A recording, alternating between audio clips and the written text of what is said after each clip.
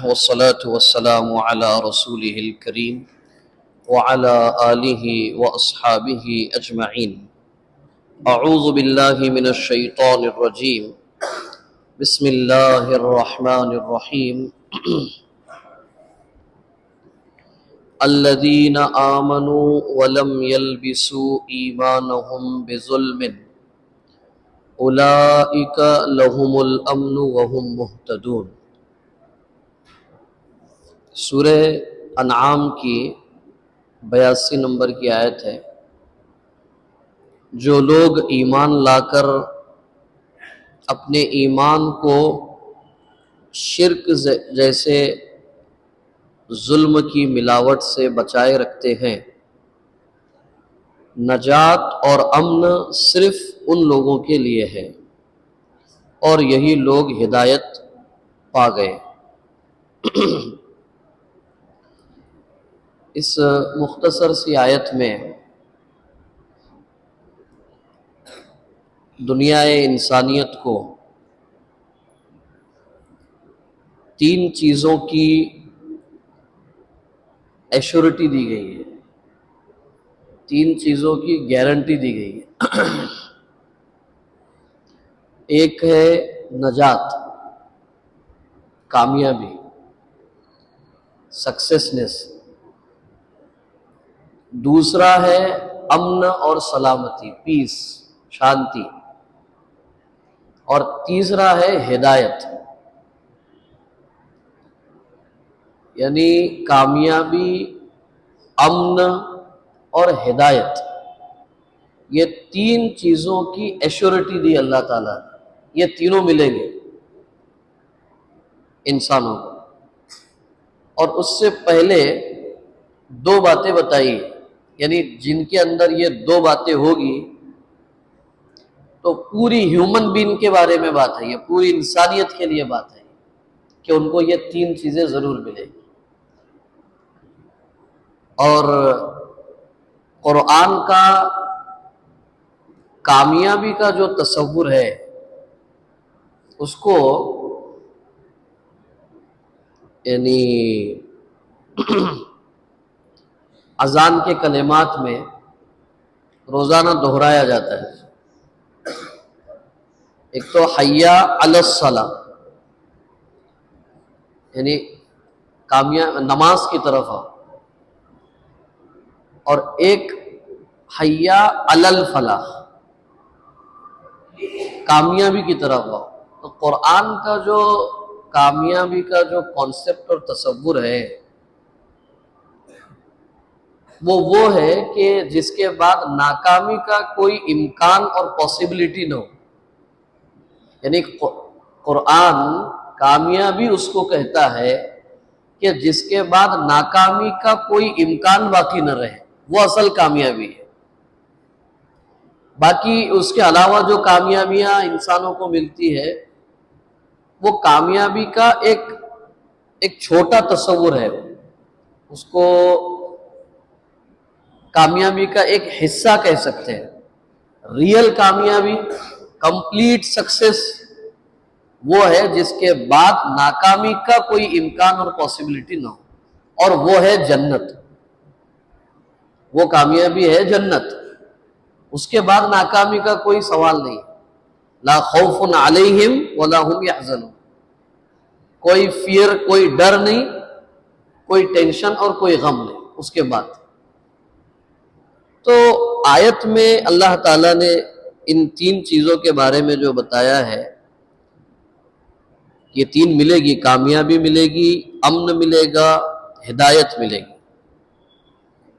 کیا کرنا پڑے گا اس کو اچیو کرنے کے لیے؟ یہ چیزیں حاصل کرنے کے لیے کیا کرنا ہوگا؟ نمبر 1،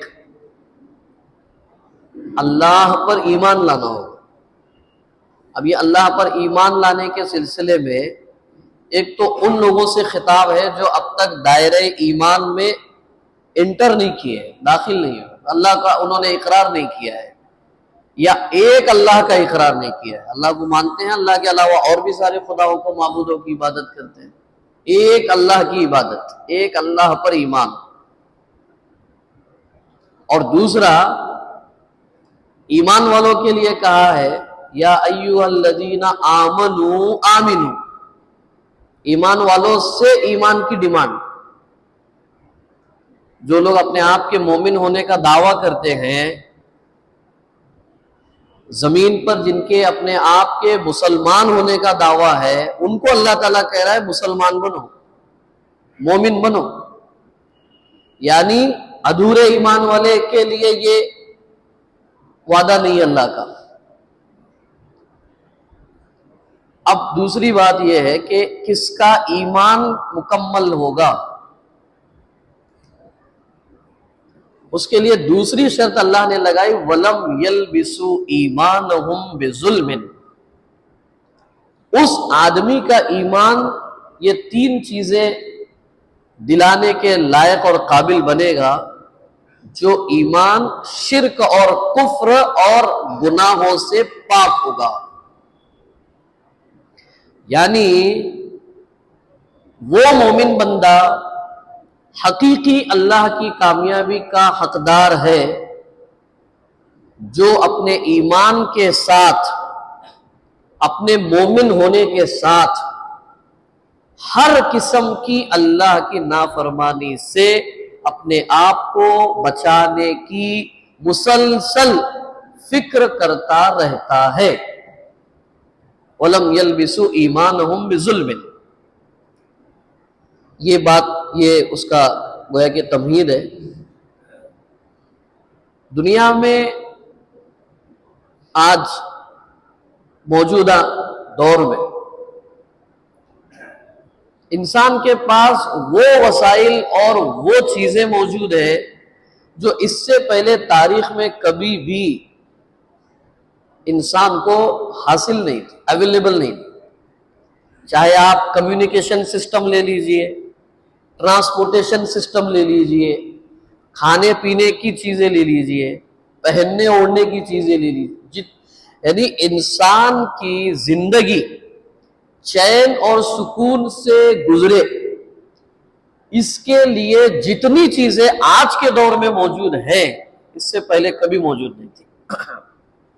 یہ ایک فیکٹ ہوگا. اسی کا پیرلل ایک دوسرا فیکٹ یہ ہے کہ ان تمام سہولتوں کی چیزوں کے باوجود آج کا انسان جتنا بے چین ہے اتنا بے چین تاریخ میں کبھی انسان نہیں رہا ہے. یہ دو الگ الگ حقیقتیں ہیں اور دونوں فیکٹ ہیں. یعنی سہولت کی جتنی چیزیں چاہیے تھی وہ سب سے زیادہ موجود ہے، اس کے باوجود آج کا انسان سب سے زیادہ پریشان ہے. اتنا پریشان دنیا میں انسانی تاریخ میں کبھی انسان نہیں رہا ہے جتنا آج پریشان ہے. وائی؟ ریزن کیا ہے اس کا؟ اس کی وجہ کیا ہے؟ دیکھیے، گزشتہ بدھ کا جو درس ہوتا ہے قرآن مجید کا، یہاں پہ ہفتے واری درس میں تو سورہ کہف چل رہی ہے. موجودہ دور کو سورہ کہف میں بہت تفصیل کے ساتھ ایکسپلین کیا گیا ہے. تو بہرحال وہ درس میں ایک بات ہم نے رکھی تھی، ایک ہے دین اور ایک ہے سائنس، ریلیجن اور سائنس. سائنس جو ہے نا کیسے کے جواب کا نام ہے. کیسا؟ یہ آدمی کو بخار آیا، کیسے بخار آیا؟ تو یہ کیسے کا جواب سائنس ہے. انسان مر گیا، کیسے مر گیا؟ ہارٹ بیٹس بند ہو گئی، ہارٹ اٹیک ہو گیا، بلڈ کا پریشر ہائی ہو گیا، لو ہو گیا، شوگر ہائی ہو گئی، لو ہو گئی، ایکسیڈنٹ ہو گیا، فلاں ہو گیا. کیسے کا جواب سائنس. وہ ہارٹ اٹیک آیا کیوں؟ وائی کا جواب ہے اسلام. کیسے کا جواب سائنس اور کیوں کا جواب اسلام، دین ہے. اگر یہ سمجھ جائیں گے نا تو پھر کبھی بھی دین سے بغاوت نہیں کریں گے. سائنس کو پڑھ کر کے کبھی دین سے بغاوت نہیں کریں گے. یہ دین سے جتنے لوگ بغاوت کر رہے ہیں سائنس کو ریزن اور بیس اور بنیاد بنا کے، اس کی وجہ یہ ہے کہ انہوں نے ڈیفرنس نہیں کیا دونوں میں. زلزلہ آ رہا ہے تو زمین کے پلیٹس جو ہے ہل رہی ہے، آگے پیچھے ہو رہی ہے، اس لیے زلزلہ آ رہا ہے۔ سیکنڈ کوشچن یہ ہے کہ وہ پلیٹس ہل کیوں رہی ہے، اس کے پیچھے کون سی طاقت ہے؟ اس کا جواب قرآن دے رہا ہے، اس کا جواب اللہ کی کتاب دے رہی ہے۔ تو یہ بہت بڑے کانٹروورشل میٹر کا سولوشن ہو گیا۔ نہ اسلام دین کے خلاف ہے، نہ دین اسلام کے خلاف ہے، وہ دونوں اپنے اپنے لائن پہ کام کر رہے ہیں، ایک کی وجہ سے دوسرے کو چھوڑا نہیں جا سکتا۔ یہ سمجھنا چاہیے ہماری ماڈرن ایج میں پڑھنے پڑھانے والے جو ہمارے طبقے سے تعلق رکھنے والے احباب ہیں ان کو۔ بہرکیف تو یہ جو مسئلہ ہے کہ سہولت کی چیزوں کے باوجود انسان پریشان کیوں ہے، یہ کیوں کا جواب قرآن مجید دے رہا ہے۔ سب سے پہلی چیز جو انسان کی زندگی کے سکون کو برباد کرتی ہے، سب سے پہلی چیز اور وجہ ہے اللہ سے اپنے آپ کو دور کر لینا۔ اللہ سے دوری انسانی زندگی کے سکون کے ختم ہونے کی پہلی وجہ ہے۔ کیسے؟ قرآن مجید میں اللہ تعالیٰ نے ارشاد فرمایا، اللہ، دھیان سے سنو، ہر طرف سے توجہ ہٹا کر ہماری بات سنو، جو ہم کہہ رہے ہیں بہت ہی اہم بات کہہ رہے ہیں ہم۔ اللہ کہہ رہے ہیں، اللہ بذکر اللہ تطمئن القلوب، اگر تمہارے دلوں کو اطمینان اور سکون اگر حاصل ہوگا، اس کا 1 پوائنٹ فارمولا یہ ہے کہ تم کو اللہ کی یاد کے ساتھ زندگی گزارنی ہوگی۔ اس کا الٹ،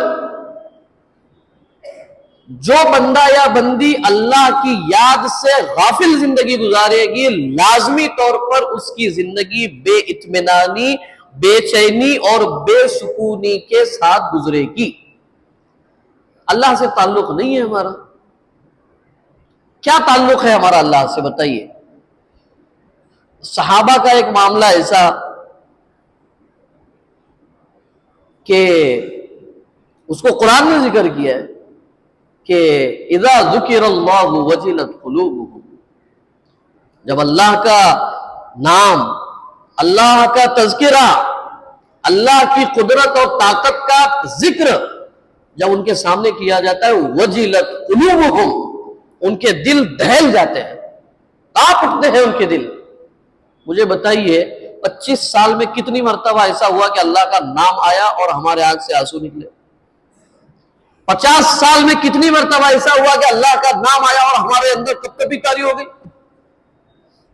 ایک معمولی کسی عہدے والے کو دیکھ کر کے، کسی وردی والے کو دیکھ کر کے، کسی جسم والے کو دیکھ کر کے ہل جاتے ہیں۔ اللہ کا نام لے کر کبھی نہیں ہوا ایسا۔ اگر نہیں ہوا تو اس کا مطلب یہ ہے کہ ہمارے ایمان میں ادھورا پن ہے ابھی۔ معاف کیجئے گا، ایمان لپ سروس کا نام نہیں ہے۔ لا الہ الا اللہ محمد الرسول اللہ، اس جملے کے کہنے کا نام صرف اسلام اور ایمان نہیں ہے، بلکہ ایک طرف ہم لا الہ الا اللہ کہہ رہے ہو اور ہمارا دل اس کا جواب دے رہا ہو کہ واقعتاً اللہ کے علاوہ کوئی معبود نہیں ہے۔ اگر ہمارے زبان اور دل کی کیفیت اگر میچ ہے تو یہ ایمان ہے جو ہمیں کامیابی، امن اور ہدایت دلائے گا، ورنہ لپ سروس پر اللہ تبارک و تعالیٰ کا وعدہ نہیں ہے، زبانی جوا خرچ پہ اللہ کا وعدہ نہیں ہے۔ آپ جانتے ہیں ناموں میں سب سے بہترین نام عبداللہ، نماز پڑھتا ہے رسول اللہ کی امامت میں، قیادت میں، اقتداء میں۔ جب وفات ہوئی تو کفن کے لیے نماز جنازہ پڑھائی اللہ کے نبی صلی اللہ علیہ وسلم، اور اپنی چادر دے دی کفن کے لیے۔ کیا ہے آدمی کا مقام؟ ناموں میں سب سے بہترین نام عبداللہ، نماز پڑھتا ہے اللہ کے رسول صلی اللہ علیہ وسلم کے پیچھے۔ وفات ہوئی تو نماز جنازہ پڑھایا رسول اللہ صلی اللہ علیہ وسلم نے، اور کفن کے لیے اس کے بیٹے کے مطالبے پر چادر دے دی، لیکن جائے گا جہنم میں۔ عبداللہ بن ابی بن سلول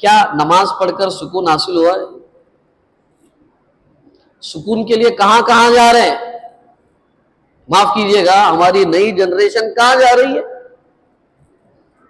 ریلیکسیشن کے نام پہ کہاں جا رہے ہیں؟ نشے کے عادی ہو رہے، کسینوں میں جا رہے، کلبس میں جا رہے، کس کی تلاش میں؟ سکون کی تلاش، ذہن کو ریلیکس کرنے کی شکل۔ اللہ بذکر اللہ تطمئن القلوب، پیس آف مائنڈ اگر کہیں ہے تو وہ اللہ کے ذکر میں ہے، اللہ کی یاد میں ہے، اس کے علاوہ کہیں نہیں۔ دوسری چیز جس کی وجہ سے ہمارے دلوں کا سکون ختم ہو رہا ہے وہ ہے حرص و ہوس کا جذبہ۔ حرص اور ہوس، کچھ یعنی وہ گزشتہ کہا تھا نا ہم نے 2 ہفتے پہلے، زیادہ چاہیے، بس چاہیے۔ دیکھیے محنت کے بعد ہم نے محنت کی، محنت کے بعد اللہ نے ہمیں جو چیزیں دی اور جس حال میں رکھا ہے اس حال پر مطمئن رہنا، یہ دنیا کی ایمان کے بعد سب سے بڑی نعمت ہے۔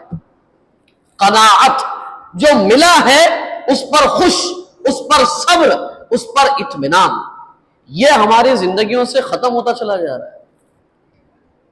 اور یہ اس کو اللہ کے رسول صلی اللہ علیہ وسلم نے اتنا کلیئر انداز میں بیان فرمایا، لو کان وادیان لابن آدم، ابن آدم کو من ذہب، ابن آدم کو اگر، یعنی ابن آدم یعنی انسان کے لیے اگر 2 جنگل سونے کے الاٹ کر دیے جائیں، لابتغى ثالثا، تو وہ تیسرے کی تلاش میں رہے گا۔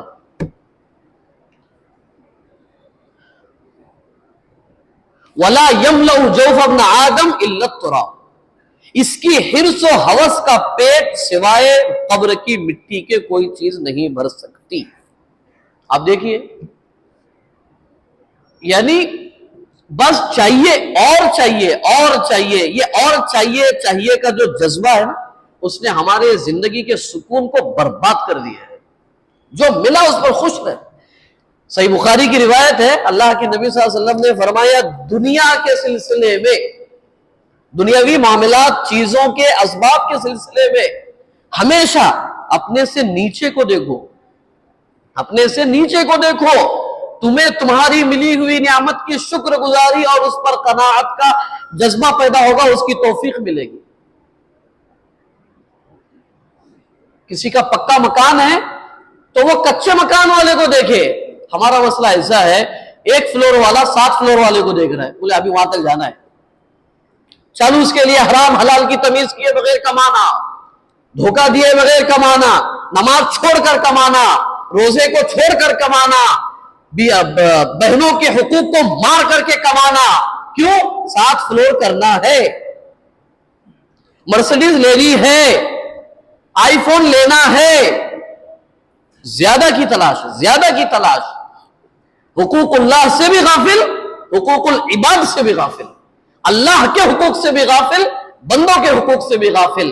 ریزن؟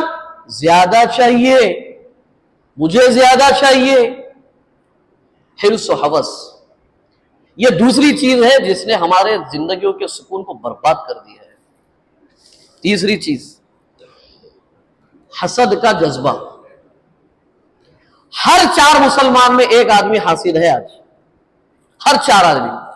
حسد کیا ہے؟ حسد کا مطلب معاملہ یہ ہے، سامنے والے کو جو چیز ملی ہوئی ہے، اس کی تقدیر، اس کے مقدر، اس کے نصیب سے، وہ اس کے پاس نہیں رہنا چاہیے، چاہے مجھے وہ چیز ملے یا نہ ملے۔ اس کو کہتے ہیں حسد۔ جلے جا رہے، اڑے جا رہے، رشتہ دار کی کامیابی پر جلن ہو رہی ہے، دوست کی کامیابی پر جلن ہو رہی ہے، حد یہ ہو گئی اپنے سگے بھائی کی کامیابی پر جل رہے۔ حسد ہے وہ، یعنی حسد۔ اللہ کے رسول صلی اللہ علیہ وسلم نے فرمایا، ایاکم والحسد، حسد سے بچو، لوگوں کے برا چاہنے سے بچو۔ کیوں؟ فإن الحسد يأكل الحسنات كما تأكل النار الحطب۔ حسد تمہاری نیکیوں کو اس طرح کھا جاتا ہے جس طرح کے آگ سوکھی لکڑی کو کھا جاتی ہے. دیکھیے کرنی کر لیے، بھلاوے ڈالے، مرچی ڈالے، نیمبو ڈالے، انڈے ڈالے، پتہ نہیں کیا کیا. تھوڑے الفاظ میرے رف ہو رہے ہیں، معاف کیجئے گا، لیکن حالات بتانے کے لیے کہہ رہا ہوں. وہ جا رہے تھے، پتہ نہیں کچھ ڈال دیا.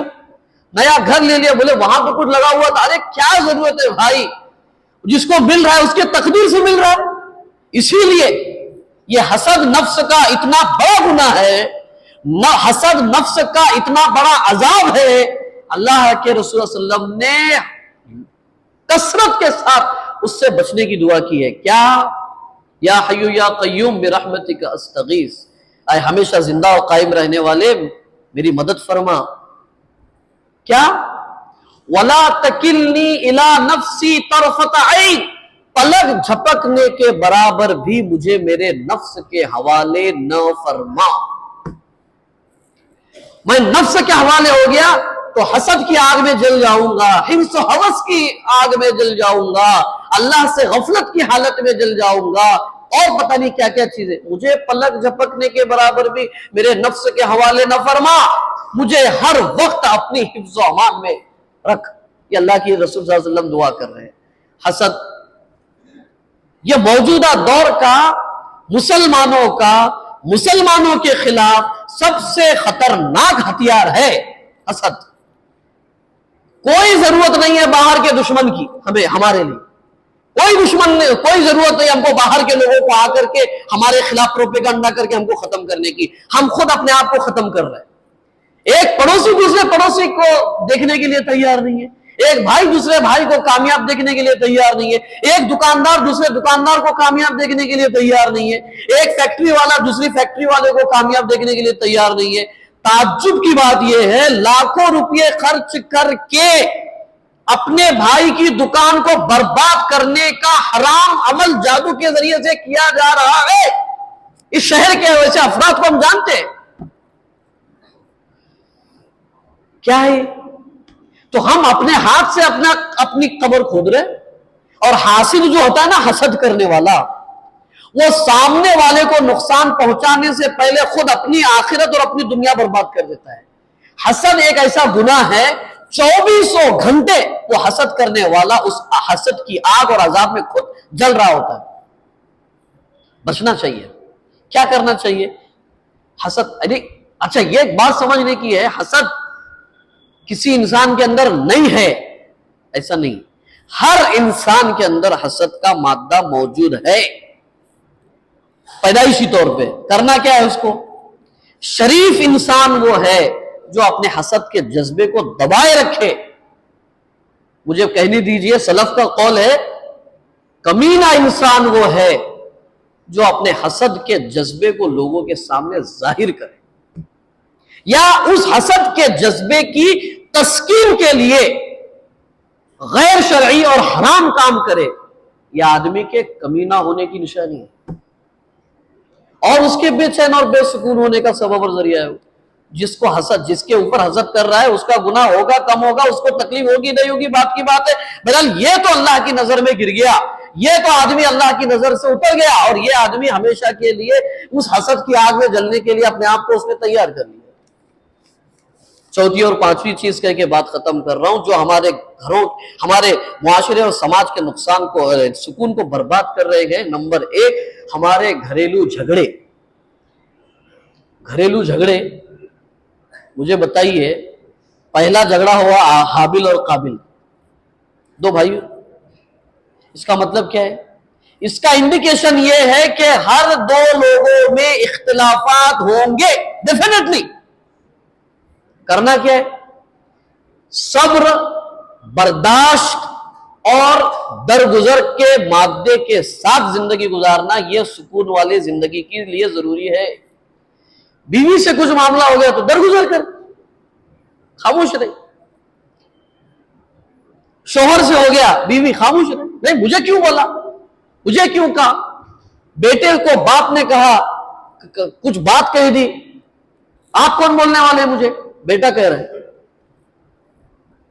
بیٹے نے کچھ بات کہہ دی، درگزر اور برداشت اور صبر، یہ تین چیزیں اگر ہوگی تو ہمارے جھگڑے ختم ہوں گے. ورنہ میں نے کئی بار کہا, اس کے باوجود آج کہہ رہا ہوں, اگر ہم نے اپنے گھروں کے جھگڑے ان تین صفات یا اور لوگوں کی, صحیح لوگوں کی رہنمائی کی روشنی میں اگر اپنے آپ کے طور پہ اگر حل نہیں کیے تو ہمارے مسئلے وہاں حل ہوں گے جہاں پر ہمارا وقت, ہمارا پیسہ, اور بہت موٹا جملہ کہہ رہا ہوں, ہماری عزت اور ناموس بھی داؤ پہ لگے گی.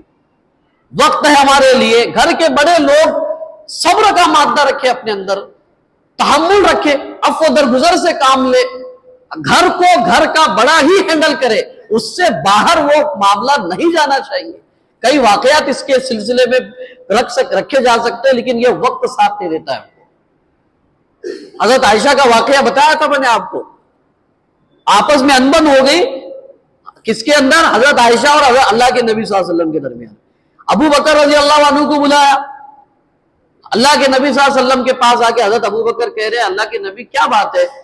ابھی اللہ کے نبی شروع کر رہے بات, حضرت عائشہ کہہ رہے نہیں معاملہ ایسا نہیں ایسا ہے. وہ صدیق اکبر ہے, وہ نبی کے سامنے بیٹی کی زبان سن سکتے ہو, کان کے نیچے کھینچ کے لگا دیا, بالی گر گئی ان کی. نبی کے سامنے آواز کر رہی ہے اور دوسرا ہاتھ اٹھایا, وہ دوسرا ہاتھ اللہ کے نبی صلی اللہ علیہ وسلم نے روکا. ابو بکر چلو باہر, بڑے میاں ہم نے تمہیں اپنے مسئلے کو حل کرنے کے لیے بلوایا تھا اور آپ مسئلے کو الجھا رہے ہیں, آپ جائیے ہم اپنا مسئلہ دیکھ کے لیتے ہیں. اندر آ کے حضرت عائشہ سے کہہ رہے ہیں, عائشہ تمہارے والد کی مار سے کیسے بچایا میں نے تمہیں؟